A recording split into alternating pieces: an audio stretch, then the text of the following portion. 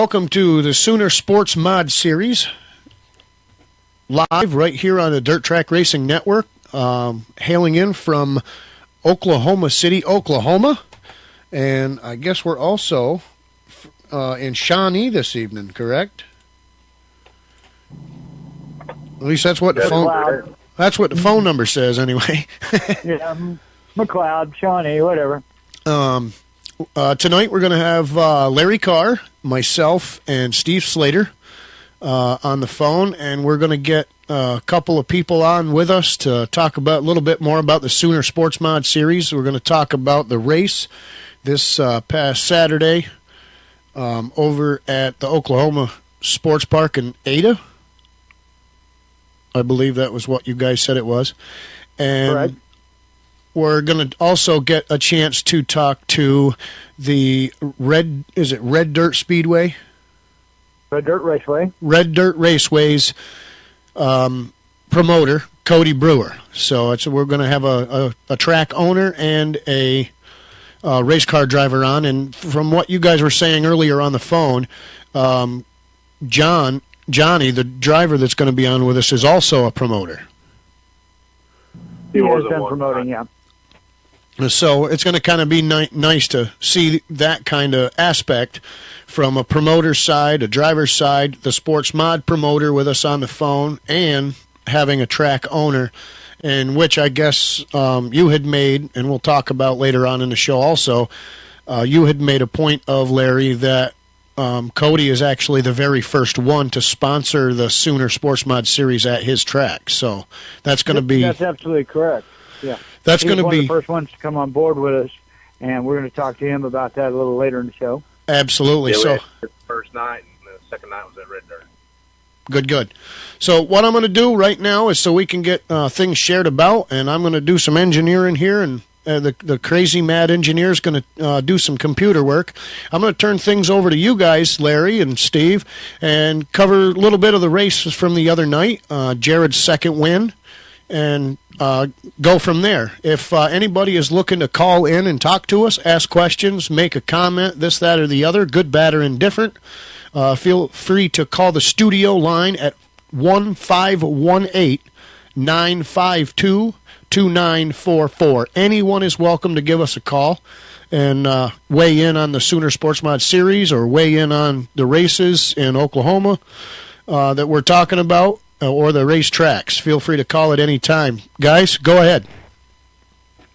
All right, well, good evening, race fans that are online and wherever you're at here in Oklahoma and in New York. Real good to be on with you. Thanks to the Dirt Track Racing Network for asking me to take over and host the show. Our former host, Damian Bean, has moved on to other things, and we wish him the best. So, with no further ado, let's get started talking about Saturday night at Ada at Oklahoma Sports Park. Steve, that was a pretty good event that we had down there. Yeah, that was a great show. I was really impressed with how everything turned out. Could have, still could have had a few more cars. I'd still like to see us get past that 20-car mark, and we haven't quite got there yet. We're pretty close there. I think we had 16. Yeah, we had 16. Only 14 of them started the feature. I think they had a couple of them had a little bit bad luck during the warm-ups, but that's part of racing. It's always perfect. Absolutely. So anyway, the race itself was pretty exciting. Jeff Roselle just checked out there for a while. Yeah, I really thought he was going to dominate the whole entire race. It was really good. He started on the pole. We do a redraw anyways, and he actually drew number one for the redraw, and he took off, and I was like, wow, he's got this thing made. But there's always, you don't ever say it's the end until it's the end. Okay, in the event that we got maybe some listeners out there who don't follow racing a lot or don't know exactly what we're talking about, explain what you meant by a redraw, Steve. Okay, so when everybody comes in at the race, they all draw chips, and those chips kind of put you in a position where you belong. You go from 1 to 50 or 1 to 100, how many chips we ever have. and obviously the lowest number starts in front, highest number starts in the back. So after they run the heat races, on the top 8 of the heat races, as how they qualify, well, I pull 8 numbers out, and I have the top 8 do a redraw, and whoever draw from 1 through 8, that's how they position in the feature. And Jeff was lucky enough to draw number 1 Saturday night. Yeah, that guy, he can draw number 1 like I have never seen. I think he's done it 2 or 3 times already this year. And that was pretty much all he needed, like I said, to check out there. He was ahead by almost a half track at one point. And Jeff and I are good buddies, and I hate to even say this, but I think I jinxed him because I said something about, these other guys need a yellow if they're going to have any chance at all of catching him. And it wasn't very long after that, and there comes Mr. Yellow. Yeah, they had a yellow on lap 11, and it bunched everybody up. And then I think they had a couple more cautions after that. It bunched them up even more. So it made it a little bit tough. It was a really interesting race with the top 5, watching them guys. And there was a lot of passing going back and forth, and you really didn't at the time. You really didn't know who was going to win until the end of the race. It was really exciting watching that.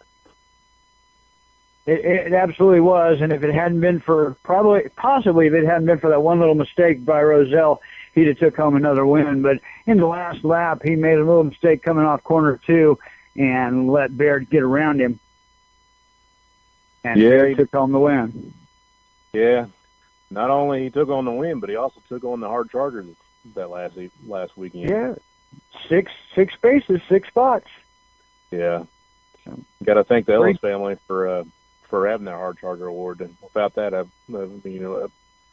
that's a really good thing for these guys to get a little extra money for them. Right. But it's always. When is our next event down there at Ada? We won't have any more events at Ada this year. Our next event is September 9th at Enid Speedway. Actually, the rest of the season is all at Enid. So that'll be their county fair race, actually. Oh, that's right. That's going to be a big show up there at Enid on the 9th of September. Ada's a good, fun track to watch and to race at, and it was a good experience getting to go out there again Saturday night. And I do hope that they'll have us back again next year. Yeah, I do. I can't thank them guys enough. George and Kelly both. They really welcomed me as a guest, and I thought they really did really good, and they was really helpful. And I can't thank you these guys enough. I can't thank any track that's welcomed us to their track. Man, those guys do a lot for the series, and I want to do everything I can for them. Absolutely. You've got to support the people that support you. Just want to jump in here. Want to jump in here real quick, guys. And you guys brought up the September 9th show. I was reading online today that September 9th, we're not only going to see the Sooner Sports Mods, but we're also going to see the Sooner late models as well. Yes, I believe it's going to be another 3-combination show with the Sport Mods, the Sooner Modified Series, and the Sooner Late Model Series. Nice. So basically, you're going to have, well, from what I gather, a trifecta and some other events, some other series or other classes as well. So it's a full night for Enid. They'll have pure stocks also. Go ahead, Steve. I'm sorry. Yeah, they'll have the pure stocks and the mini stocks. They'll also have a live band out there called the Backhand Band from 2:30 to 4:30 that night, right before the show. Well, so it sounds like that's the place to be on September 9th. Yeah, it'll be a real big party that day. Who's flying me down there for my birthday? I don't know. Maybe we talked to Steve's got the private jet, don't you, Steve? Oh, yeah. Also tonight we would you're actually watching a little bit of a video on there as you can't hear it but you can see it. We would like to thank Pete Laughlin and I forget his video. It's like Dirt Video. Okie Dirt Video. Would like to thank him for letting us use the video from the race this past Saturday. And the photography tonight is being provided by David Stukins, which is the Sooner Sportsmod Series official photographer from here on out. So we'd like to thank him for the use of the videos. And also, real quick, we've got a gun raffle going on for the AR-15, $10 a ticket.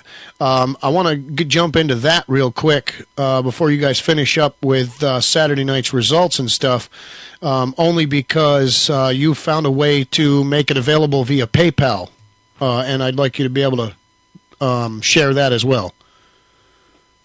Yeah, I decided, I wanted to expand the raffle tickets to a lot of more other people, because I know a lot of people are more interested in getting involved with the series. They want to get the AR-15, but sometimes they just can't make it, So to make it a better chance for those people that can't make it, I said, well, let me try to expand a little bit. And I set up a PayPal account.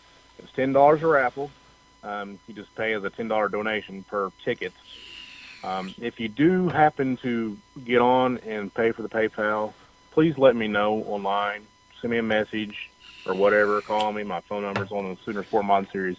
Just please let me know. That way I can make sure you get your name and number into the raffle tickets. I will draw the raffle tickets October 22nd. And it'll be live on the Facebook page.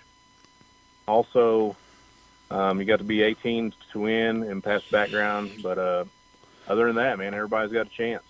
Now, so your sponsor, the gun shop, is actually taking care of all of that, right? The background check and all that good stuff, taking care of the winner. Yes, sir. High tech tackle. He's been working with me. He's done really great. He's actually been helping me sell the raffle tickets. Can't thank Eddie enough. He went up there. Him and his son went up there last weekend and sold a few tickets. But like I said, I like to get the raffle tickets, get a lot of them sold, because these tickets, I keep on telling everybody, it's going towards the points fund. I want the points fund to be really good for these drivers. My number one goal is make everything good for the drivers and good for the tracks. And I'm doing everything I can to make it good for everybody. No, talking about your points fund, and you're putting this money into the points fund, with the Sooner Sports Mods, do you guys also charge extra at the pits? When you get into the back of the pits, and they come in, they pay their pit pass. Do they pay a pit pass to get into Enid Speedway, and then also pay a pit pass for the Sooner Sports Mod Series as well? Yeah, so every year I'm going to have a $20 registration fee. That's a one-time yearly registration fee that goes towards the Sooner Series. Also, every event is $20. I try to keep it as low as I can. I don't want to go too extremely high. I figured $20 is probably fair enough for everybody. $600 a win, $75 to start. Man, if you start the A, you already made up for everything. Excellent. See, up here we do it just a smidge different, and what they do is they actually per race, and I'm going to use King of Dirt just for a example on how they do it, only because I know the promoter rather well, and I've been able to sit down and have detailed conversations with him. And when they get to Fonda, and a lot of the drivers have gone on social media and Facebook and stuff, and they've done their what they call bitches, gripes, and complaints over it and everything. And I guess they don't really get why they're getting charged twice. And so when they come to Fonda, and I'm almost certain when they go to any of the tracks, whether it be Devil's Bowl, the Ridge, Utica Rome, Fonda, or Lebanon Valley, I believe it's all done the same way across the board for the King of Dirt series. And what they do is they pay their, say at Fonda, they pay $35 to get into the pit, but then they pay another $35 to enter the race that night. And right. What they don't realize is the $35 for their pit pass is to get them into the pits and utilize the installation, because the track's got to make money. And Yeah. then, of course, the King of Dirt charges, because that's where their points fund is coming from. That's where their trophies are coming from, and that's their their main entry into the race. And I know a lot of guys, they get a little hectic over the social media thing because they don't understand that.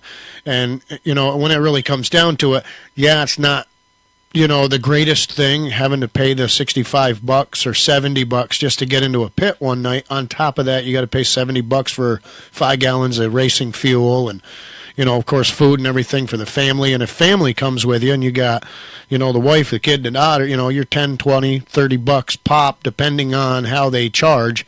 I know some tracks, they only charge like $10 for family to get in, and some of them they pay a full price for a pit pass. So you could spend $350 to walk into the pits one night just to race. So I know a lot of the guys have flack about it up here. So I was just kind of wondering how things work down there in Oklahoma, if there was a difference. It seems like everybody's been working pretty well with me. I think they all understand that, obviously it costs money to run the show.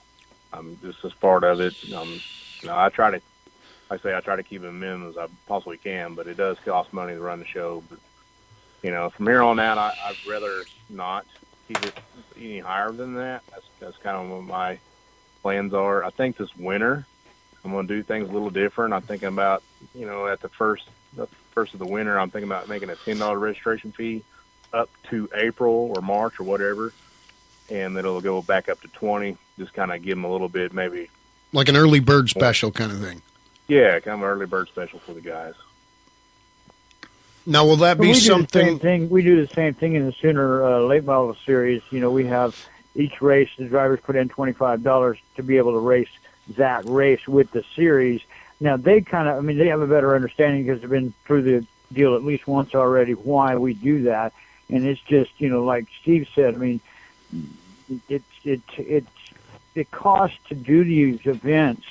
There's paperwork, there's behind-the-scenes work, there's people, there's all the stuff we have, plus the trophies that aren't given to us, the ones we have to buy, the ones at the end of the year for the top 10 and all of that. And then, we do try to put some of the money, or most of the money, back into the driver's points fund. And I think that most of the guys around here understand that. Excellent. I think is Johnny on the line? Is that you? That's me. Well, welcome to the show, Johnny. How are you? Thank you. We're doing real good. All right. We've met vaguely on the internet. We met this morning or this afternoon, whichever it was. When I'm at work, I lose track of the day and the hour. That's where I am. But we met today a little bit and got to talk a little bit. And I know that Steve Slater had spoke to you a little bit throughout the week. I want to welcome you onto the program. And before we start, I'd like to throw things over to you a little bit. Just to tell the fans who you are, a little bit about yourself, and how you got into racing. Well, I'm Johnny Rossenberg. I'm from Enid, Oklahoma, and I've been racing since I'm 12 years old, and I'm 41 now. And I've raced about every class there is. I've raced pretty much coast to coast. I just kind of travel around. I don't run one show on a weekly basis.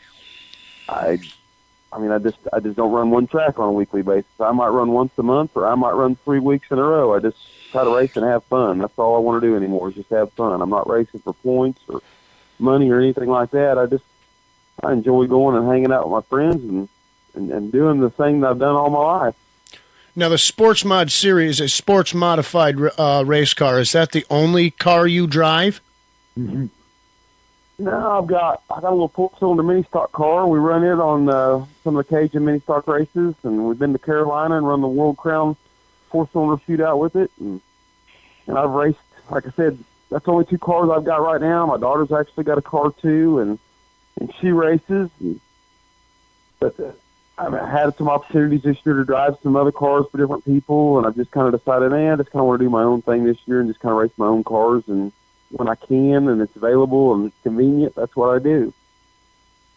Excellent, excellent. Well, I do appreciate you coming on the show, and want to jump right into the Sooner Sports Mod series.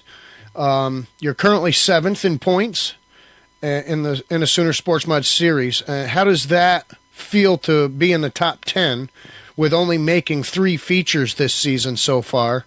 And do you think if you've made it to more features, would you be closer to the leader, Jeff Rizell? Oh, man, I don't even know. Honestly, no, probably not. And I'll tell you why. Because, man, I raced for years for points, and I won numerous in championships. And I took off racing about 3 years, and I came back about 2 years ago, and I told myself then that I would never race for points again because, man, all thing points seems to do is cause problems between friends. And, man, I just told myself I'd never race for points. That's the reason I missed one show at Enid. My buddy came from Arkansas and drove my car. And I wanted my car to be there, and I'm not saying my car won't be there for all Steve's shows he's got scheduled, because it will. But I don't know that I'll drive for every show because I don't want to get caught up in the points chase. I really love racing, and I like to race just for fun. And I don't worry about points. And I'm not running for a championship anymore. I've won mine, and I think everybody else needs opportunity to win races and win championships. That's a great attitude. I like that. Yeah, I just want to have fun anymore. I'm getting old, and I just want to have fun, and that's what I'm all about anymore. So, Johnny, what first attracted you to the Sooner Sportmod series? Well, man, I've known Steve. Me and Steve raced together. Man, I think we were 12 and 13 years old over at Meeker. You know, whenever Steve talked about doing it, I kind of got the notion. I was thinking, man, I'd like to have a sport mod again. And I'd had one for years that one of the most dominant sport mod drivers in the country drove for me. Robert Elliott drove. And right.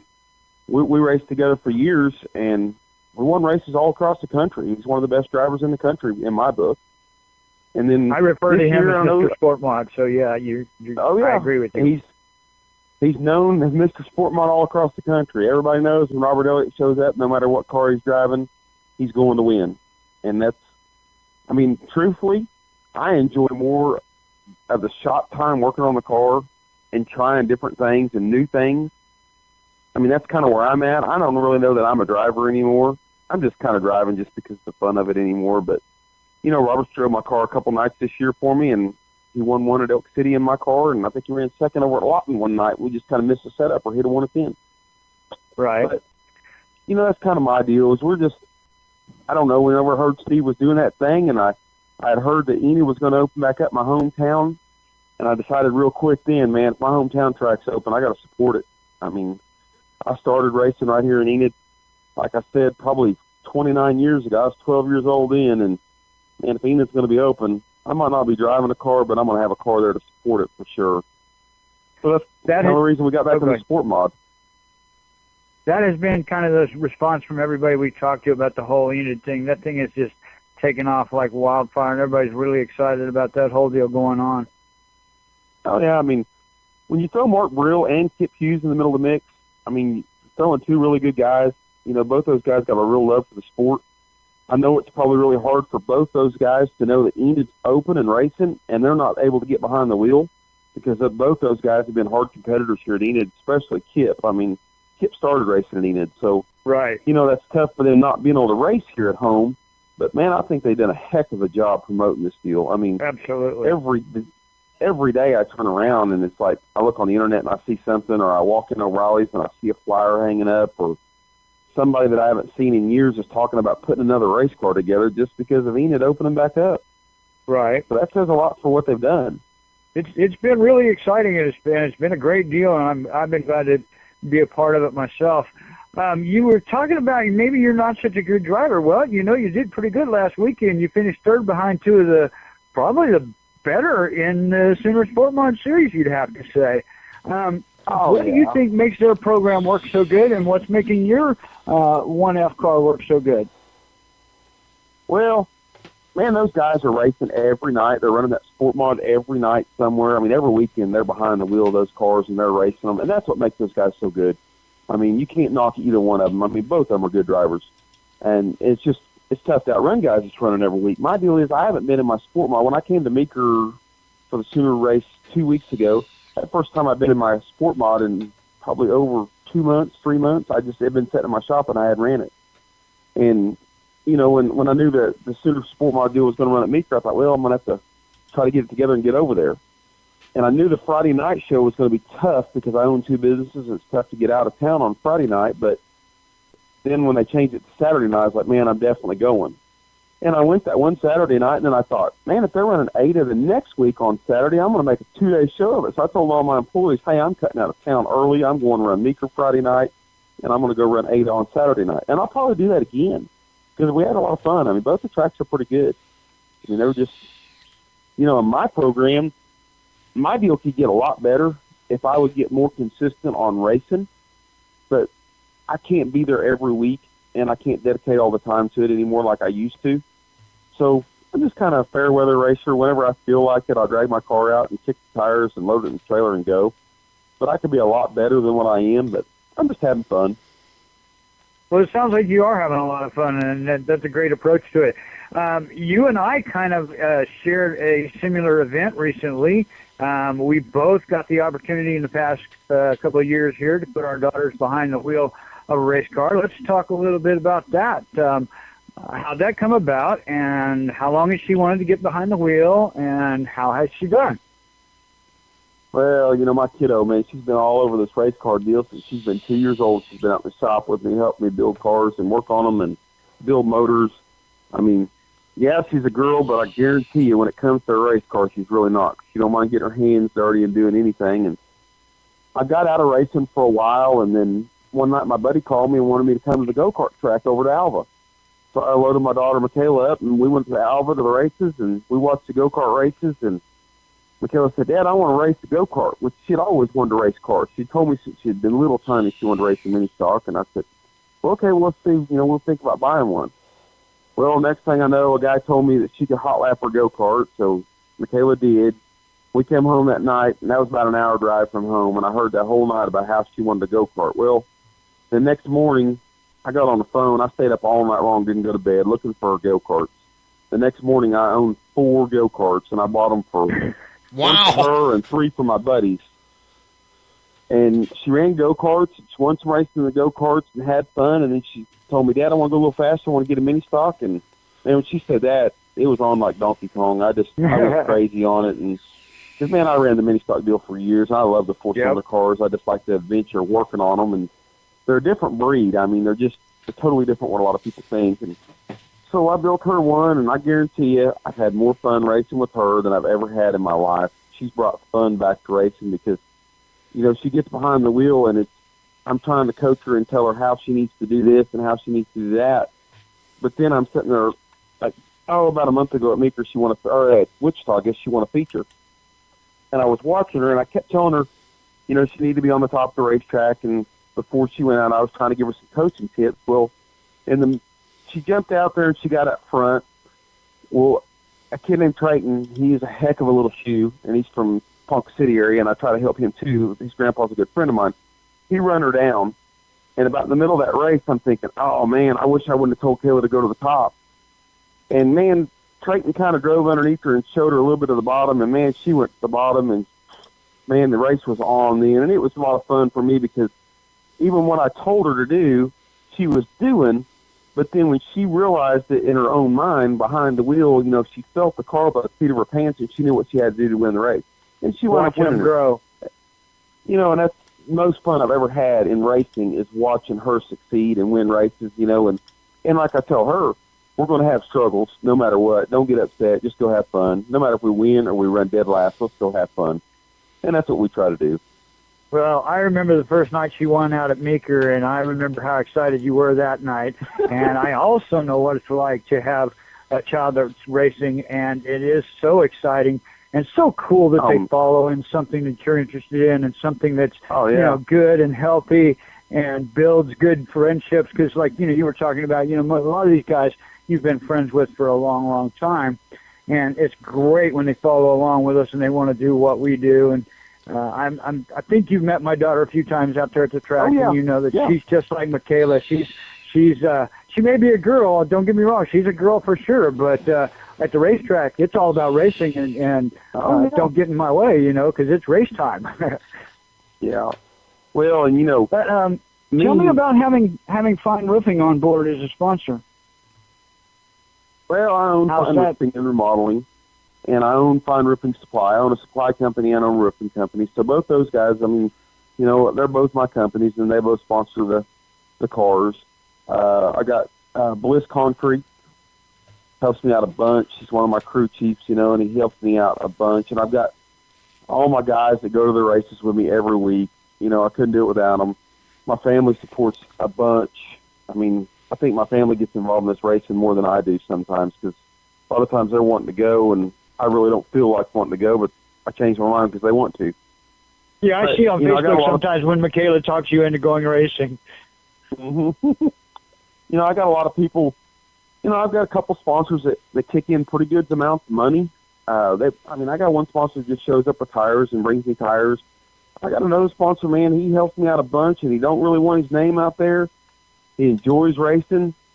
Man, I raced for years, and he helped me out back in the day, and just he never really wanted no fame out of it. He just wanted to kind of get behind me and help me. And man, those guys kind of came back on board when one of them came to me and said, "Hey, man, you need to get a Sportmod." And I said, "Well, I don't know about that." And he kind of enticed me to get one, so I kind of went that direction and got the Sportmod again. But I got a lot of people that just helps me out from. I mean, you know, it's hard to say. I mean, because anytime I need something, I've got somebody there. I mean, we can do everything in my shop from build a car from the ground up. I built race cars for years, and then I decided, well, I really don't want to do that no more. And we started buying cars from Western Flyer, and we've had really good luck with them. We do all the sheet metal work ourselves in the shop. I've got a guy that works for me, does sheet metal.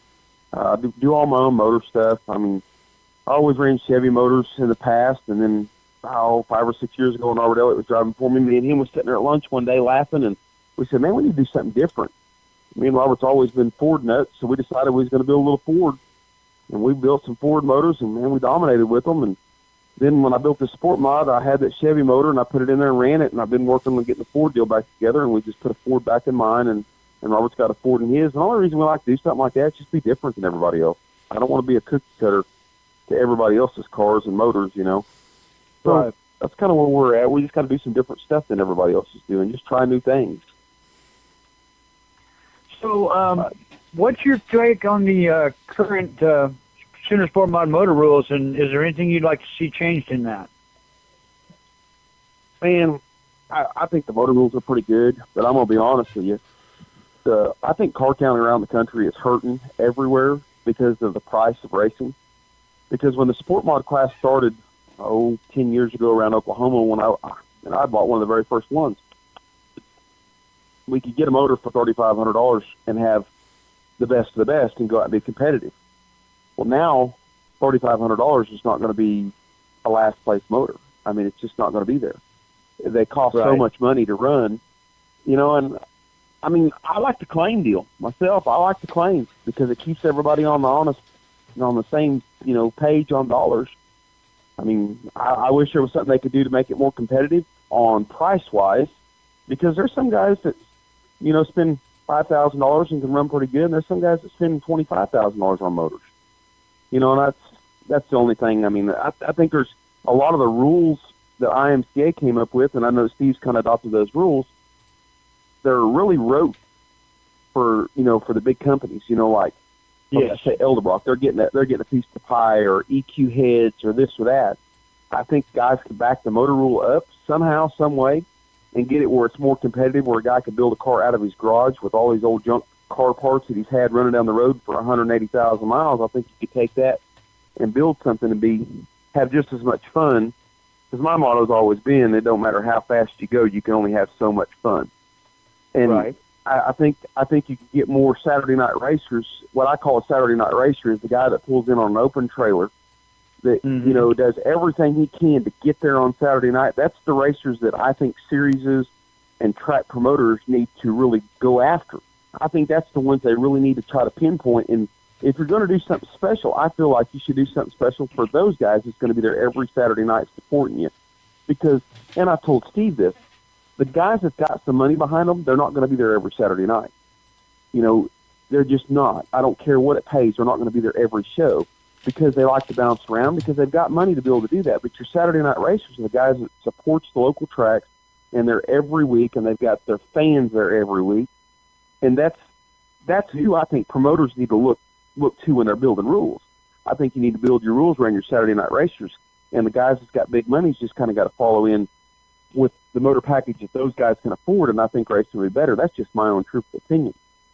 But, I mean, you know, that's the good thing about the Sooner Sportmod rules was we don't have to change our cars. We can run any IMCA sanctioned show. I mean, I run a bunch of IMCA stuff when I raced, and I run some tracks that run open rules, and, you know, all the rules are pretty much the same, and that does make it nice. Right. I mean, I think there's some rules that could be clarified, and I don't think that's from what I think that comes from the bigger picture, because Sooner Sportmod's trying to follow the rules from the IMCA, and I think there's a lot of gray areas in those rules that need to be clarified. You know, because it's kind of a iffy-any rule. Well, when I read a rule and I read a rule book, I read the rule book, but then I read it again, and the second time I read that rule book, I'm not reading what that rule says. I'm reading in between that rule what in it the gray doesn't area. say. Mm-hmm. Exactly. I'm the racer. So, and like I said, I built cars for years. So when I read a rule, I'm going to read it to the fullest. I'm not going to pass the limit of that rule and be called cheating. But when there goes to tech, I'm going to be the guy that says, okay, this is what your rule says. And I'm going to explain to them, this is what the rule says. And I'm going to show them in black and white what the rule says. And this is the meaning of it. And a lot of times, man, there's a lot of tracks that they just look at you and scratch their head because they don't know what to do, because that's where the rules wrote. So I think a lot of rules could be more clarified and more black and white, and it would help a lot of the situation. But I think you're exactly right about the costs. I think that it has, over the years, just through inflation partly, but also through, you got to put some of the blame on the drivers themselves. You know what I mean? Because everybody wants to go faster, and to go faster, you got to spend more money, and then more money, and then more money. And you're right. I do remember when you could buy a mod motor for $3,500, and now some of the numbers that people are throwing at me, I'm just like, how do you do that? You know, how do you go out on a Saturday night and throw away that kind of money? You know, if you put a hole in one, and you know. Well, and like Steve could probably tell you, when me and him first started racing, we raced mini stock together. I think we were 12, 13, 14 over at Meeker. You know, back in those days, there was the beginner class for these kids to get started in. You know, mom and dad could round up $2,500 and have a really nice race car for their kids. There is not a racetrack in the country that you could show up, you know, and take $1,500, $1,800, $2,000 and build a race car and go run. There's not that beginner class, and I think that's what hurts racing is we need to get back to the grassroots of racing, like knocking the windows out, putting a good roll cage in them, making the cars where they're safe, because technology is better now than it's ever been. So I think we can make things safer. But I think we could do it more on a Saturday night racer budget and say, here's our rules, and this is what we're going to do because we want these new kids to come into racing. Because if you really truthfully look at the generation of racing, you know, like when me and Steve started, that was, you know, 25, 28 years ago. Well, our generation's kind of the last dying breed. There's very few of these kids that are 16, 17, 18, you know, under 25 that's just starting a race car saying, hey, I want to build a car. Because the younger kids, younger generations can't afford it because it's gotten so expensive. That's why I'd really like to see these tracks kind of come on and do something in our area, you know, and kind of get together and say, hey, man, let's get us a grassroots, knock the windows out of a car and go racing and get where they can afford it, where these kids can get into racing. Absolutely correct. Yep, absolutely correct. Well, Johnny, it's been great talking to you, and I want to invite you to hang around with us if you're not in a hurry to leave. We're going to get Cody Brewer on here in a little bit. We're going to talk to him, but before we do that, I want to give you a last chance to give a shout-out to any of your sponsors. You know, let's mention a bunch of those sponsors, the ones that do want to be mentioned, and, of course, you know, thank you to some of those people that you need to thank for making this whole thing work for you. Well, I want to thank Steve for inviting me on the show, and Richard and yourself. I want to thank everybody for inviting me, man. I really appreciate it. Man, I want to thank all my sponsors. I want to thank all my guys at the shop that helped me. You know, I want to thank everybody that's been a part of my racing, from not just Saturday night, but from 30 years ago. I mean, I've got people that I raced against 30 years ago that they don't understand how they helped me through the way. I mean, I've got guys that come up to me and crawled in my window and chewed my butt saying, golly, you did this, you did that. Well, you know what? Nowadays, I respect them because now I look back and I see that. You know, and I want to thank all them guys from way back. I want to thank everybody from now. man, everybody I race with, I just want to thank everybody for, going out and having fun. Everybody knows me. I am the most aggressive driver you're going to meet. I mean, I'll drive a car into a hole that's really not got a lot of room. I don't like to beat and bang, but I will rub a little sheet metal if I have to. That's just kind of me. That's the way I've always had to race, because I never had a fast enough car just to drive around somebody, so I always had to get pretty aggressive. And, I don't like tearing up anybody's cars, but I like to be aggressive and racing hard. But I just want to thank everybody that's helped me through the way, and, it's still helping me today. And I just appreciate everybody. Well, I want to thank you again for being on, and I really appreciate it. You're a really great guest, and good luck to you. What is 2017 hold for Johnny Rauschenberger? Man, I got my 2018. I'm sorry, 2018. Yeah, I don't really know on 2018. Man, for the rest of the year, I'm going to run the next show. My next show I'm going to run is going to be Batesville, Arkansas, with the Cajun Mini Stock Show. My buddy Mikey Gavin's put on a big show in Batesville, and we're going to run that. That's on a Friday night. We're going to turn right around, and we're going to come home. We're going to get cars ready, and Michaela's going to race at Enid. I'm going to race at Enid for the Sooner Sportmod deal. After that, my car's going to set. I'm going to redo it. I'm going to get my game plan on. I want to go to Longdale, Oklahoma for the Darren Ernest Memorial. If any way possible, I will be 110% for that race. If any race of the year that I will be 110%, it will be that race, because that race would mean the world to win. I mean, I'd love to win that race.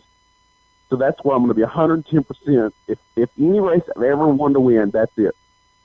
And I didn't get the opportunity to race Sport Mod there last year and the year before when they had it, but this year I've got a Sport Mod, and I'm going to be 110% for that race. If I don't win it, I want to run second behind Robert Elliott. But so it's obvious that race means a whole lot to you. Yeah.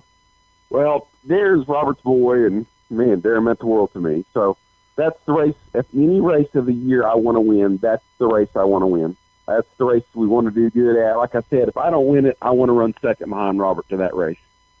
But if it comes down to me and Robert, if I can get good enough to run up there with him and we can run neck and neck, I guarantee you we'll put on a show, because I want to win it just as bad as he will. So that's kind of where I'm kind of gaming. I'm trying to start getting geared up for that race, because that's one of the biggest races that I set my goals on for the year. And that's kind of where we're at. And 2018, I'm sure I'm going to be in a Sport Mod, and we'll just kind of continue where we're at. Cool. All Hey, right, Johnny. well, we look forward to seeing you. Go ahead, Steve. Johnny, I want to thank you for all your support and all your advice that you've been giving me through the year. I know I take your advice deep down. I mean, it means a lot to me. I appreciate like the support. I told you, Steve, man, I support you guys 100%. Like I told you several times, when you're talking about rules, I said, man, don't write any rules that's going to be any advantage to anybody other than your Saturday night race. You've got to have your guys that's going to be at every show. You need to grab those guys that you know is going to be at every show, and that's the guys you need to support 100%. And everybody else will just fall into place. Because I think your local guys that's going to travel your series, I think, is going to be your biggest supporters. Well, I appreciate you guys have done a heck of a job. I mean, I've had a lot of fun racing your series. I mean, it's been a lot of fun. I enjoyed the heck out of it. Watching. Been a lot of fun Great watching talking everybody. to you. All right. We'll Well, see I you at the appreciate you racetrack. guys. Okay, man. we'll Hang see out you with later. us if you want Okay. to. You can hang on Okay. here, and we'll do some more. Richie, Okay, what's man. that phone number again? Richie, are you on there? Yeah, can you hear me? Yeah. Okay. Phone number is one. Sorry, I'm messing with buttons here. The mad engineer's in charge now. It's 1-518-952-2944. If you've got any questions, any comments, any insights, good, bad, or indifferent, feel free to give us a call. We do have Cody Brewer on the line. So we're going to go right into his interview next. But before we do that, I'd like to just throw out some stuff, what's going on up here in the Northeast. August 31st, this coming Thursday, will be the final points race for our modified series at Lebanon Valley Speedway. Mr. Dirt Track USA, 17,500 Dirt Car Series modified race. Thursday night. It's going to kick off things at 4 o'clock. They want to try to get racing started early because they've got the Mr. Dirt Track USA, the 17,500 to win race, but they've also got the King of Dirt Track series sportsman modifieds there as well that evening. So there's quite a few things going on. The ticket prices are just a little bit different than normal. Normal prices, I believe, are 16. I think they're 10, 16, and 20 or something right off the top of my head from reading the sign. But we do. For that one night, the adult general admission is 24, children is 5, and a premium bleacher or the roof and whatnot is going to be $26 for that. We'd also like to take the time to thank our sponsors for the Sooner Sportsmod series. And Steve, I'm going to let you do that because you know them right by heart. So feel free and shout out to your sponsors. On this end, I'd like to thank Pro Vapors. I do want to thank Damien for getting me in touch with a lot of good people to help this show get kicked off. And at the end of the show, we'll go over a little bit of what Dirt Track Racing Network is and what we're doing before we close out the show. But I want to give you a chance to throw out your sponsors, Steve. Yeah, I want to thank everybody for all the support. FB Designs, he's been really good with us and working with us and getting all our designs out there. Dusty's really good with that. Angie at Knockout Graphics, she's awesome. She's done everything, making banners, making wraps. She's actually going to sponsor the half wrap for the season winner. And also High Tech Tackle, can't thank him enough. He's been helping us with the raffle tickets. You got to thank Gore Family Athletics. They've been helping me with all the trophies and the plaques and everything. They've been really awesome with their help. And man, these guys they're you can't ask for anything better than that. Steve's Automotive Machine, they really that's my dad. He's been helping me out a little bit with everything, giving me some advice, and he's helped tremendous amount. And David Stugans, he's been helping me with the photography now, and it's really been really nice to have him on board. And we want to throw a shout out to Dirt Unlimited for sharing the link to the page tonight and for helping us out there. Yeah, they just talked to me earlier today and said they want to help out a little bit and let this small series grow, and that's, I can't ask anything better than that. We ready to talk to Cody now? I am. Cody, welcome to the show. Ladies and gentlemen, welcome, please, the promoter of Red Dirt Raceway in Meeker, Oklahoma, Mr. Cody Brewer, to the show. Hi, Cody. How's it going? Oh, hold on. Good. I'm How are sweating. you guys doing tonight? I'm sweating. I'm nervous. Hey. Can I get an autograph? We think we're doing pretty good here, Cody. It's good to have you on. Appreciate you agreeing to come on at some short notice and letting us put you on the spot a little bit. First of all, I want to ask you, since you were the first promoter to come on board with the Sooner Sportmod series, what, if you don't mind, what made you want to take a chance on us?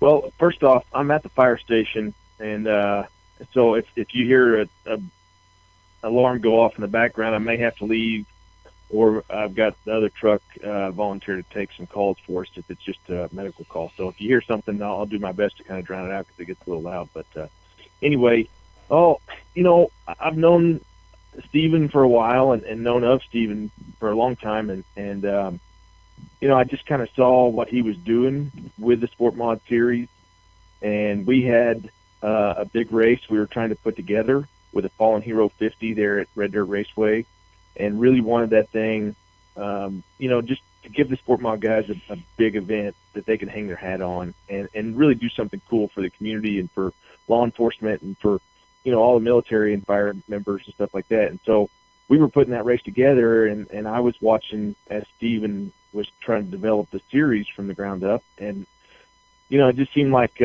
maybe he could help us and I could help him, and we could work together and kind of build this deal together.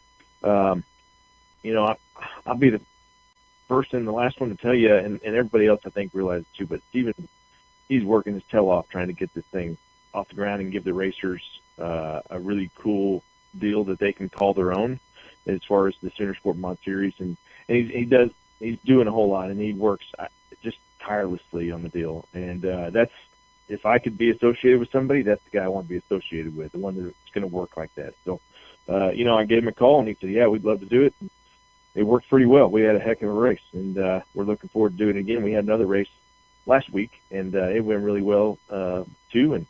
But we're looking forward to next year. Already talking about dates for next year. So Excellent. That's what that kind of answered my next question, which was how is it working out for both of you? Obviously, it's working out pretty well for both. As a promoter, what would you say to another promoter out there who might be on the fence about whether or not to take on the Sooner Sportmod series? Well, it's the Sportmod deal is such a competitive deal, and I was listening, when you were talking to Johnny, and the cost still has got out of hand, but it's still, the Sportmod deal is still a much more affordable option as opposed to the full-blown modified. So, as far as other promoters, what we got to look at is bottom line. And, if we can't afford it, if it loses money, if they don't bring cars, and if those cars don't have a following and don't bring fans, then we lose money. And his show, it costs a little bit of money. But for what you're getting with it, as far as the work that Steven does and the other guys that help with the series do, they have a lot to offer for what it costs a promoter. And so, even though it's kind of getting off the ground and they're still learning, I think they're doing a good job. And I think, I don't want them to go race at all the other tracks because I still got to have some events in my track. So, anyway, no, it's a kind of a no-brainer. As hard as Steven's working, I've always had kind of thought if you outwork somebody, you ought to win. And I think ultimately you will, maybe not in the short term, but I think Steven's doing that. He's outworking everybody and hustling and rounding sponsors up and trying to give incentives and doing different things for the racers. And it's paying off, and it'll pay off even more so down the line. So yeah, it's a no-brainer for other tracks to book them. And as much as I don't want to say that, I kind of got, we were the first one to book one of the shows other than at Enid. And I don't want to lose him, but yeah, I can see some more tracks coming on board with the Sooner Sportmod series next year. Cool. And the talent is there. I mean, the Absolutely. talent's obviously there. We were talking about Jared Baird and Jeff Roselle and Johnny Rauschenberg and, just on and on down the line. So it's not a question of will the drivers come or will they bring fans, because they obviously will. Yep, absolutely. So let's talk a little bit about Red Dirt Raceway. And you took over this year as a promoter. What's your biggest challenge been in promoting? But first, I'll tell you what, let's back up a minute. Let's talk about your history in racing, because I know you go way back as a racer. Yeah, I've been around the racetrack since I was a couple weeks old. My dad used to race dirt champ cars around Oklahoma City at the fairgrounds, but all over this part of the country. And then eventually the dirt champ cars kind of switched over to sprint cars, and he ran sprint cars up until 97, I think was the last year that he ran. And that was the time I'd already started running some pavement go-karts at that time. And so when he was ready to kind of get out of the driver's seat, it was time for me to move into a dirt car. And I had been bugging him for years and years and years, but he was pretty adamant not to get me going too young. And the micro deal wasn't near as strong then as it is now. And so anyway, I got into micros and did pretty well, and rounded up some sponsors when I was 19 years old. I rounded up, people are going to laugh, but I rounded up close to $50,000 in sponsor money. And wow. Started my own team. Yeah, I know, it's crazy. And I started my own team when I was 19. And my dad, since then, my dad's never owned any of the race team. I've always bought my own trucks and trailers and cars, and he's helped with, stuff over the years. Now, he always let me have a shop to work out of and the best tools around. But so I started the midget team and back in 03, and it was the first, I believe it was the first full-blown midget at least not the first one, but it was the only one at the time. There was nobody else. There was no midgets anywhere around here. There were some quad 4 midgets, but so USAC midgets was the way to go. You were going to make a living racing. If you go to sprint cars, you kind of stay in sprint cars, but the midget deal has an avenue all the way to NASCAR, and so that's what I did, and I gave it a run for 4 or 5 years and tried to make a go of it and be a race car driver for a living, and we had some pretty good luck. We ran a lot of races and had a lot of fun, and at the end of that 4 or 5 years, I kind of said, well, I can't do this forever, so I stepped back and started trying to get on the fire department and knew that I could still race for fun, and so that's what I do. So I'm a full-time fireman now, and I don't get to race near as much as I want to, and especially less now that that me and my wife bought the racetrack out in Meeker. So, but you still like racing. I've run sprint cars. I had a sprint car for a while as well, and run sprint cars and run micros and midgets. And we still go run a bunch of the USAC midget stuff, and I like hitting the big shows. We're still pretty fast. Yeah, even though I don't get to race that much, we're still pretty fast. So we like to do that. But what's been the biggest change or the biggest challenge to you with going from driver to promoter? Well, I promoted. I sanctioned some races, midget races, back in 2011. So I got my feet wet a little bit as far as like the series side of it. And then last year, I promoted. Me and my wife promoted a USAC National Midget Show up in Fairbury, Nebraska, called Tuesday Night Thunder. And so that was kind of the first entry into promotion. But we just leased the fairgrounds track up there, similar to what Mark and Kip do there at Enid. And so, you don't have to, it's not your grounds. You don't take care of it every week. You kind of get to show up and make some improvements and do your deal, and then, clean it up and leave. So that was the entry into it. Then, owning the track or buying the track,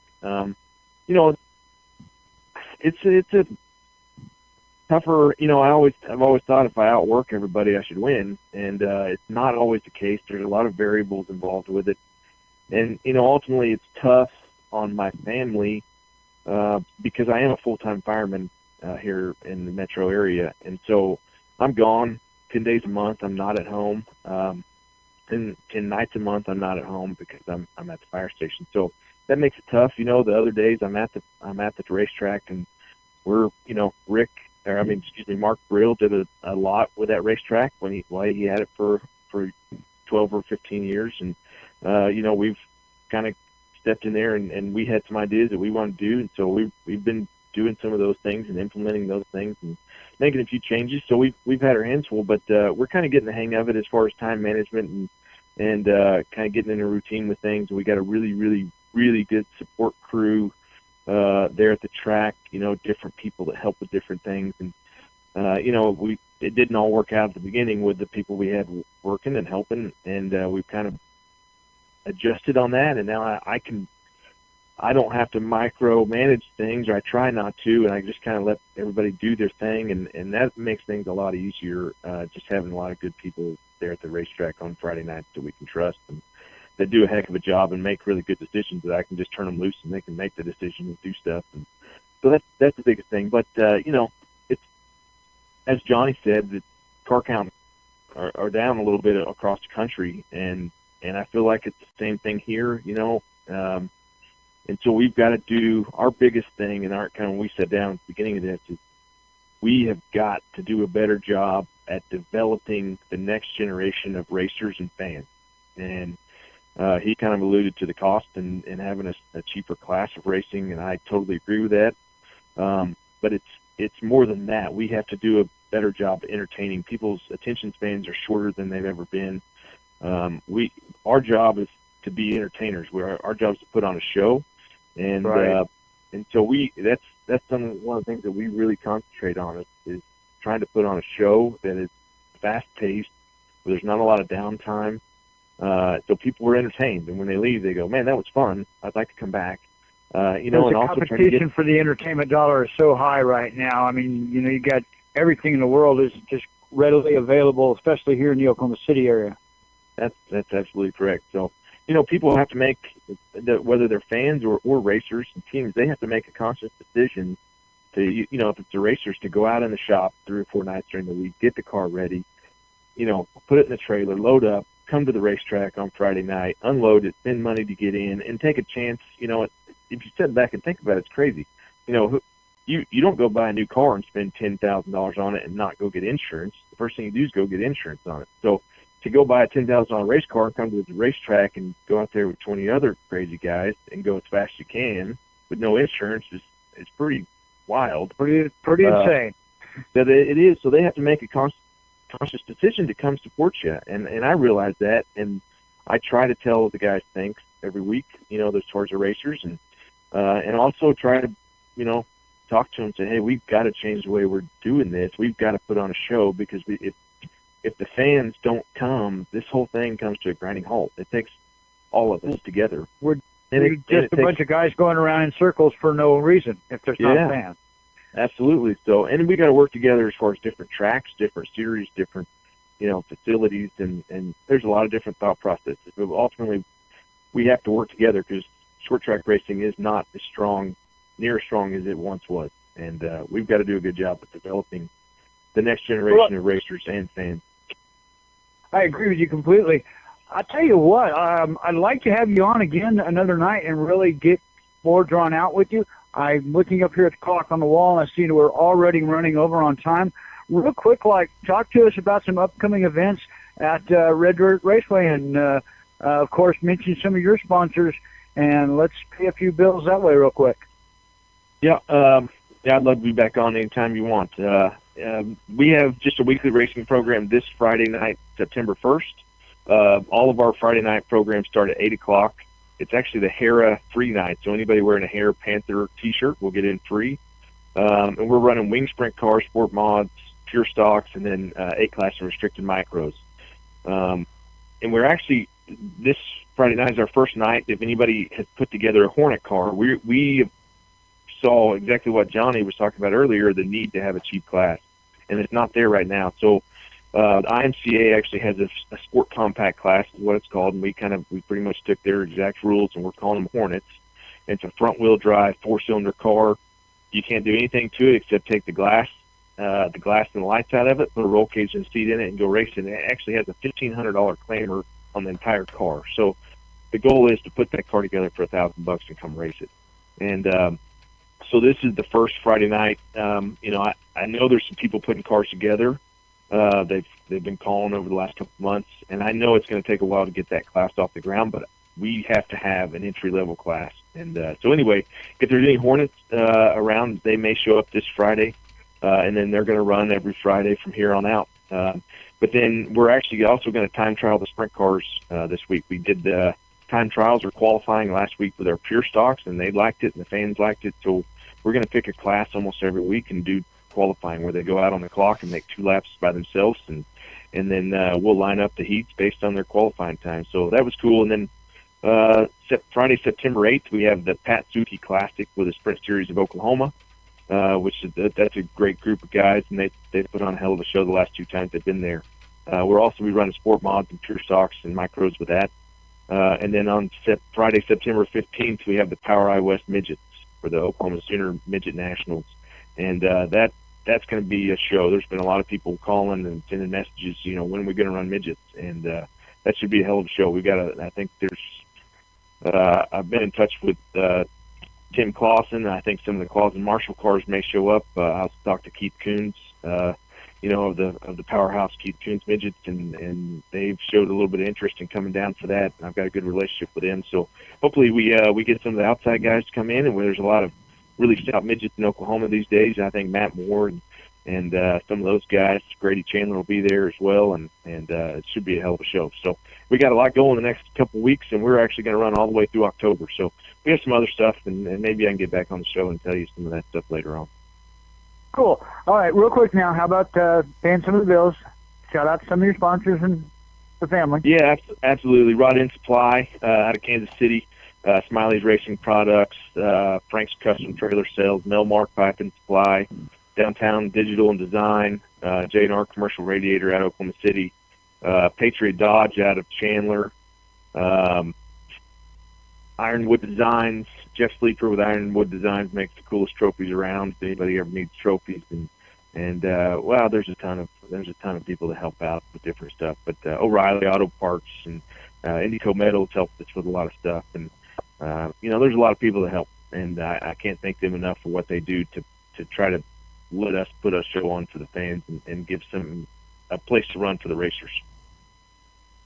Well, Cody, it's really good to have you on, and like I said, I really would like to have you on again some night. Both you and Johnny, I think I could do a whole show with either one of you guys. You were great to talk to, and I appreciate both of you coming on tonight and being on the show with us. And Cody, I'll see you Friday night, and Johnny, I'll see you up at Enid on the 9th of September. Richie, is that going to be about it for us? Hey, Cody, before we get off here, I want to thank you and tell you how much I appreciate you having us out there. I really enjoyed Absolutely. it. Can't wait till I have more. Yeah, no, absolutely. You guys are doing a heck of a job with that deal, and I'm just proud to be a part of it on what I can do. So thanks for having me on the show. You guys have a good night. Thank you. Thank you very much. Yeah, we want to talk a little bit about a couple other things. I want to make sure that all the sponsors get thanked again. Once again, a huge thank you to David Stukins Photography, and also a big thank you to Pete Laughlin over at Okie Dirt Video for letting us use some photos and videos for tonight's show. Always a great thing when we can all work together and be able to share each other's businesses and share each other's very hard work. Also, before we end the show tonight, I want to talk a little bit about what's coming up for the future of the Dirt Track Racing Network. We have a huge project we're trying to work on. We've been cut a little short so far this season because of for obvious reasons of finances and stuff, and trying to get the right cameras, get the right kind of microphones, and just so we can do a really good job for the drivers. And not just the drivers, but the tracks and everything that we're sponsoring while doing the show. But this year we're starting a brand new television documentary series that's going to be exclusive to Web TV and Roku this year. And with any hopes, by next year we'll upgrade, but we'll work on that as things come along. The documentary is... It's going to be called Grassroots, the Heart of Dirt Track Racing, where we're going to go into the lives and the backstory of the race car drivers, the promoters, the tracks themselves. We're going to go mostly into the drivers, what it takes them to get their car on the track each and every single week. There's a lot of the big names out there. They have huge sponsors. They've got a lot of money. And by all means are great race car drivers. They put a huge thing into dirt car racing. However, there's the guys out there that spend each and every week, Monday through Friday, working their tail off, whether it be logging, mowing lawns, this, that, the other thing, carpentry, plumbing, electrical, whatever it is that they do for work, just to make a paycheck so Friday night they can get to the Napa, get some parts, get home, and them and the kids and family put the parts on the car just so they can get to the car. You get the car on the track come Saturday night to put on a show. That's the kind of story we want to tell, and them are the kind of drivers we want to get in with, and eventually we would like to be nationwide. Currently, we are working with Lebanon Valley Speedway in New Lebanon, New York, and we're also working with Glen Ridge Motorsports Park, kind of new famed the Ridge, as it was reopened in midsummer this year. It was running, and then kind of some things happened. The track ended up closing abruptly in mid-season, and within a few weeks, some great guys were able to step up and get a hold of the track and be able to promote it, be able to put the right things in there, and they've had some excellent racing up there. I've been able to be up there and witness it. I have the opportunity to be in the pits with the race car drivers. They have some great classes up there. They've had some huge street stock, pure stock, which is known out by you guys. It's up here we call it street stock. There's some street stock frenzies where they've brought in almost 20 cars just for one night shootout for the street stocks. I think they've done 2, and I think they're going to do a 3rd. It's just been a great showing.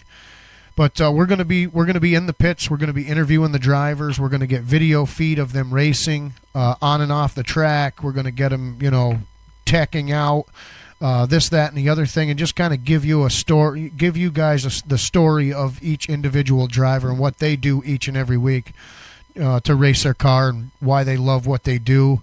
And this, that, and the other thing, and it's going to bring in not just the backstory, but it's going to bring how they're doing it each season, and the mishaps and how things go.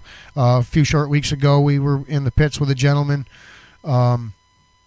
great guy, was racing. Steering box went. Within an hour, him and a couple of guys were able to get this car onto the track, and he drove it to the front and actually won the race with steering problems before heat races, but he was able to win the race. So that's the kind of story that we want to tell. That's a story that I know the fans would like to hear, the backstory behind the drivers, learn about the drivers, so they know a little bit about the guy they're rooting for, the girl they're rooting for. We've got a great woman up here that's going to be on the series with us. She's going to be this season. We're actually going to do her interview, I'm pretty sure, either Thursday night or this Saturday at Lebanon Valley. Nikki Olette. She's a 5th grade teacher. Well, this year she got moved to 3rd grade. But she's a 3rd grade teacher for the 2017-2018 school year. But on the weekends and the summertime, she drives a Sportsman race car. And cool. That right there, that's the story we want to tell. She goes to school, teaches 3rd grade kids, troubled kids at that. She's at a school for troubled children. And then when she's off in the summertime, she drives around with a Sportsman modified. And she's, I think, trying to get into the 358 modifieds or 358 Sportsman for next year to race at the Ridge, because up there they've changed a little bit how they're going to run the modified and Sportsman series up at the Ridge. So she's trying to get some things going, do this and do that. So we've got a lot of stuff we're working on here at Dirt Track Racing Network. We're also working on some brand new radio shows to bring forth alongside the Sooner Sportsmod series, just to talk about dirt track racing across the board, nationwide, different rules, different setups, different styles of cars. Like I was looking at some of the pictures tonight of the Sooner Sports Mods, and they look completely different to what a Sportsman and a modified up here look like. Completely different. So there's definitely different frames, different setups, and different chassis that I'm not used to. I see, they were Cody was talking about the Hornet series that he's starting up with, and it sounds identical to what ours is. Up here we have a single overhead cam, dual overhead cam class, 4 cylinders, and that's all they do. They knock out the glass, racing seat, gas tank in the back seat or in the trunk rather, with a on-off, shut-off valve to cut the fuel, and that's about it. That's the only thing they can run. There's no changes, no setups to the car at all. It's just a stock single overhead cam, basic Dodge Neon, Chevy Cavalier, and they jump it on the track and race it. Yeah, that sounds like a pretty good series. It is. It's a lot of fun to watch them. They race their heart out. They get out there and they give it, and it's a good. What I like about it is it's a good budget car. You want to get into racing, but you can't afford. Entry level. It's an entry-level class, and you can't really, you can't afford the bigger cars or even get into street stocks. I mean, up here, I've got a friend of mine. We sponsor his street stock, and he's spent, I don't know how much money this summer fixing his car, rebuilding his car. He's had a lot of breakdowns, so they spent a lot of money on that street stock. And, these other guys, they're coming in, they're spending money on their 4 cylinders, but they're able to fit it within their budget. It's within their range, and it's a good class for entry level for somebody that doesn't know how to race to get out on some dirt and get some lap time in before they step up and try to race in a higher series. Yep, good place for Joe fan in the stands to get an opportunity to get behind the wheel. Oh, them are the $10 experts up here. that you ask them. They pay $10 to get in the gate, and they know everything there is to know about every track. You just ask them; they're going to give you their opinion. Yeah. I think every track has that. Right. But, Hey, I want to say a special shout out to my wife. Her birthday is this Saturday, and my wife Crystal. I couldn't be doing the things that we're doing right now if it wasn't for her. But I want to wish her a happy birthday. Also, my best friend Gary Helms and his wife Beth. I want to congratulate them for last week. They just had a newborn baby. Actually, we were on the show last week when they had the newborn. baby boy or a Baby girl? boy. Baby boy. Oh, new race car driver. Yeah, that's what I'm trying to tell them. They actually have 2 boys now, so they got a pretty good team going on. Right. You see, they got a crew chief. They got a race car driver. They're working on it. A couple more, and they'll have a whole full team. Yeah. Oh, but yeah, great show tonight, guys. Thank you very much for everybody that come on. Johnny, I appreciate coming on the show. You as well, Cody.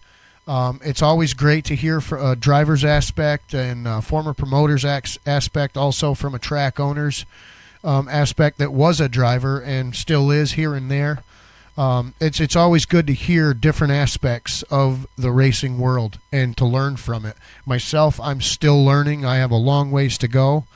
And thanks for all the listeners. We've had a lot of comments on there. Eddie said to Johnny that anytime he needs a driver, just give him a call. He'll bring his suit next time. That sounds like Eddie. That does sound like Eddie. Hey, I want to say thank you to all the fans for tuning in to my first night as hosting, and thank you very much for supporting me. Thanks, Richie, for giving me the opportunity, and I guess we'll see you on the next show. Absolutely. Yeah.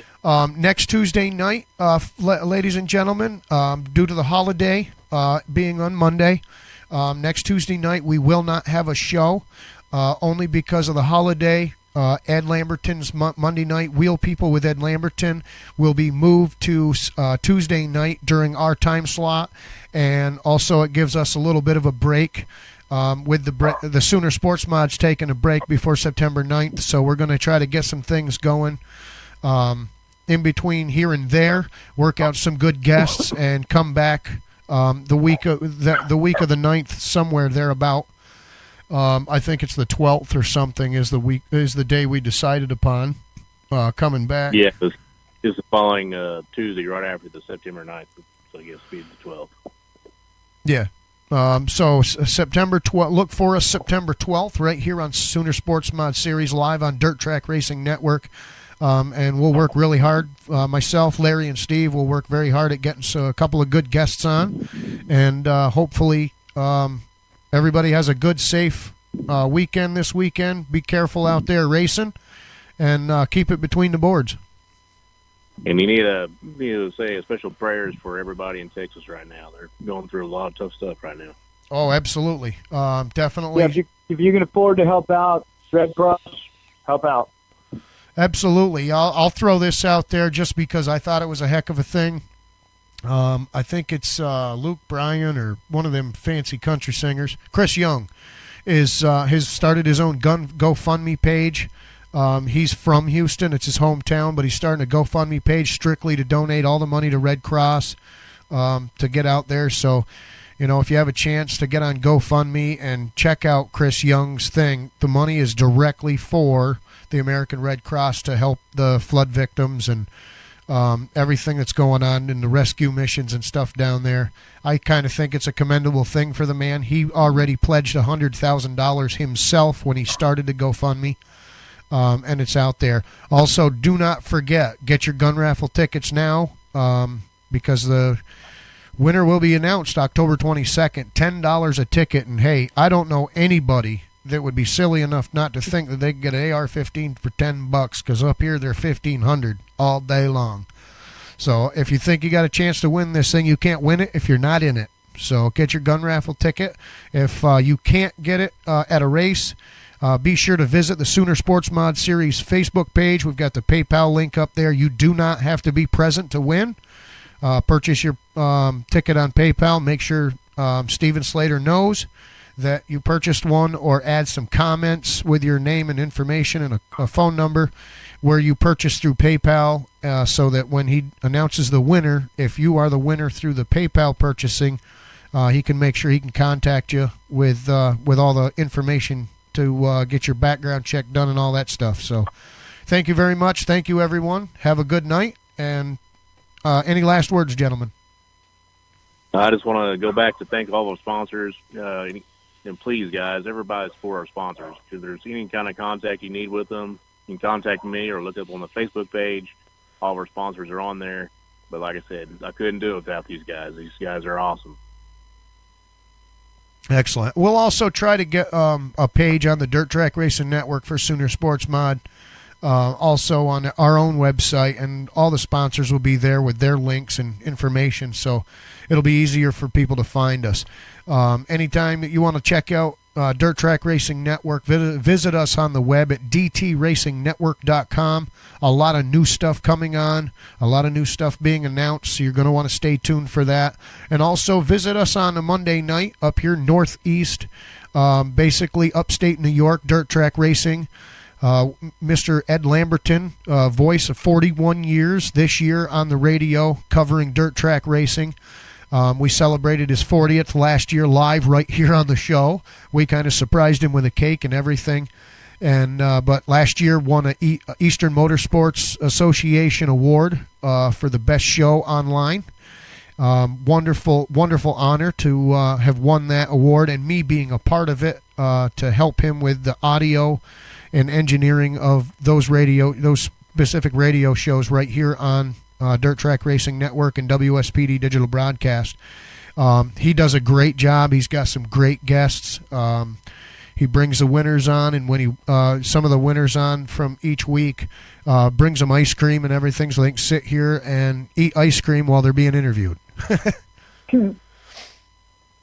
His show comes to an end, I believe, in like November. Our season ends up here rather soon. We've got a few more big things. We've got McDonald's weekend and another big weekend at Fonda. We have, I think, one big weekend at the Ridge and one at Lebanon Valley. We have tonight, this Thursday night's big race that I announced tonight on the radio. And pretty much that is almost the end of our season until we go to Oswego for Speed Weeks. After Speed Weeks, our season is pretty much closed until next May.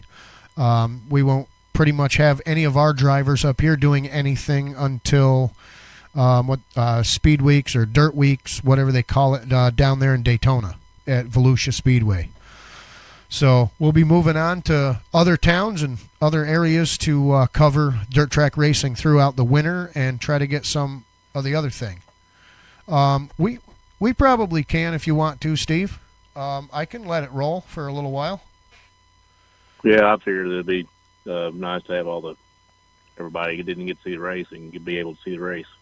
All right. So, well, to do that, I got to bring it in one more time, and this time we're going to bring it in with audio. How's that sound? That sounds like a plan to me. You all have a good evening, and thank you, Larry, for joining in with us. Hey, no problem. I'll see you on the. We'll see you at the track. Yes, sir. September 9th. Good night, race fans. All right. Thank you very much. And for here on through, for the next 20 minutes, please enjoy last Saturday night's Sportsmod A feature from Oklahoma Sports Park. Once again, thank you, Okie Dirt Videos, for the opportunity to use this video. Here you are, folks. Have a good night. Keep it clean.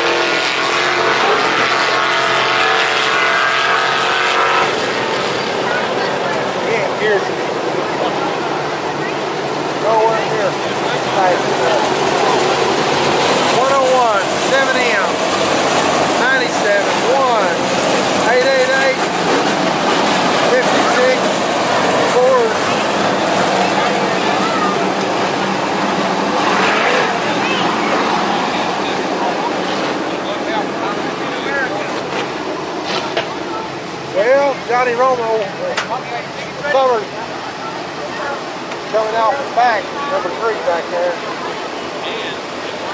He got a hard run. Friday night. So you want to go front straight, 20 times, 20 times. Should be 50.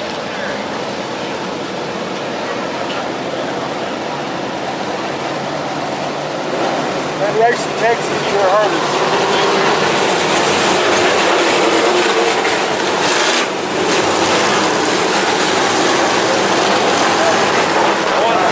One long there sure hurt us. The winner of $137, ticket number 9303012. That's 9303012. You just won $137 in our 50. Is that your number? What's mine?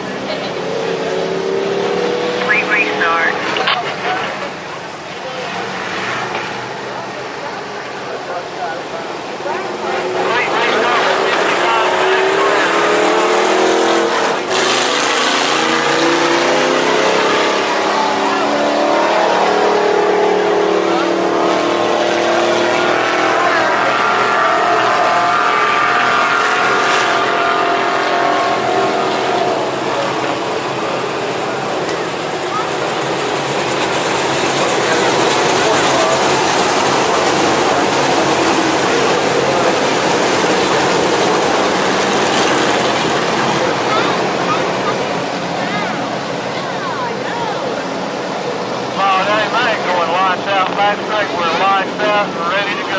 20 times around. Let's get a good clean start. Lost one.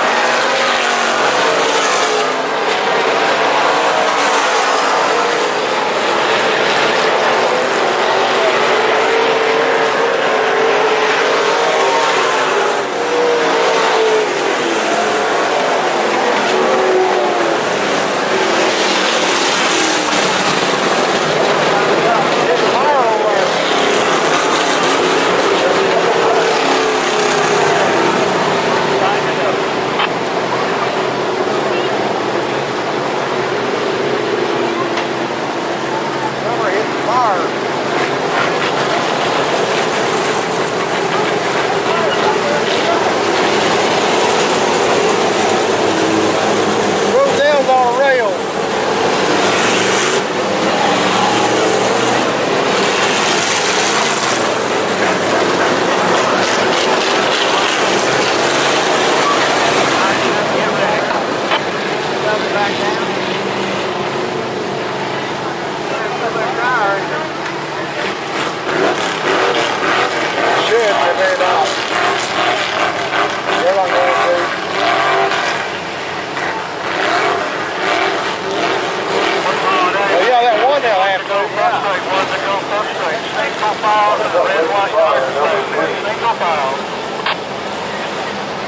By John Summers from Lexington.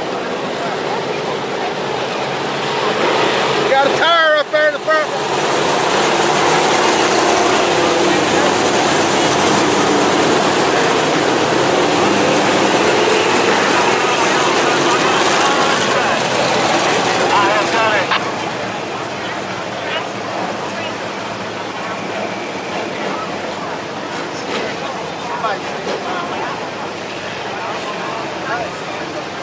George knows about it.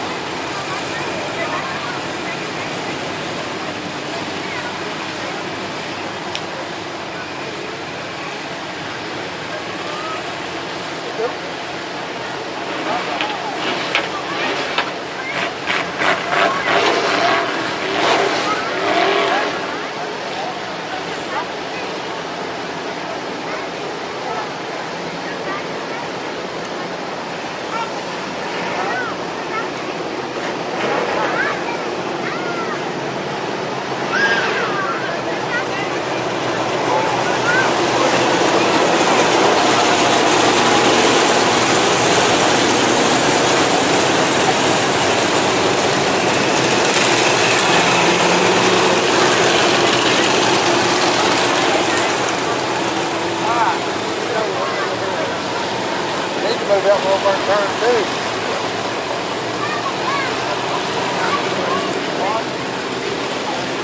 I don't know.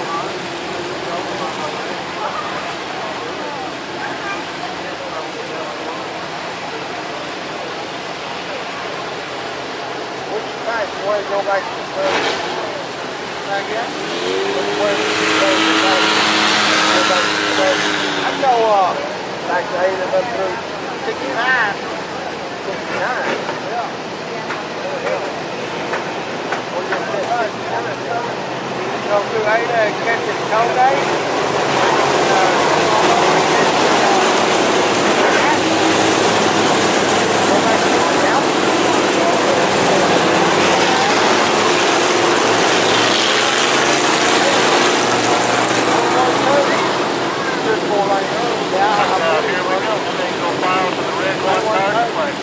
Well, that going to Sean Egan going across. Yeah, that's where the road. From here? Sean guys, probably from here to Sean Egan across. How far is here to Sean Egan? 5 miles. 50 miles?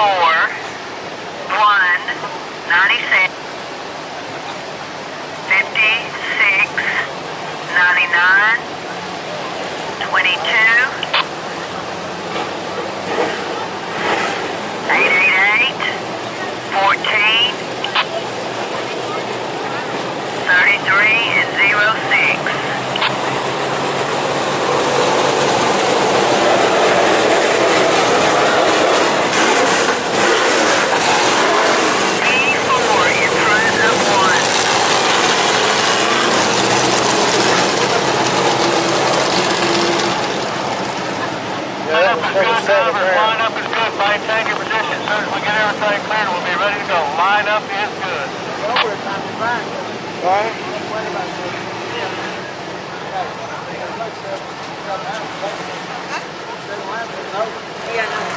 Oh, where Steve's at.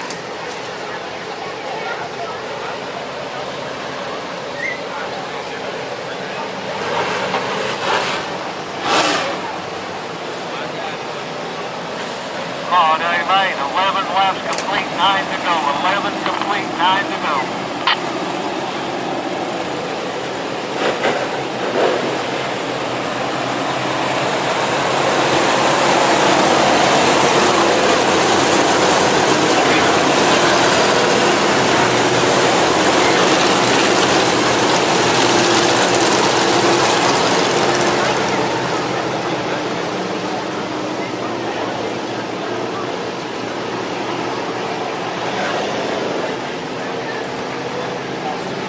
Lights out, drivers, here we go. Lights out, here we go. Single file, the red, white, dark flag. Single file.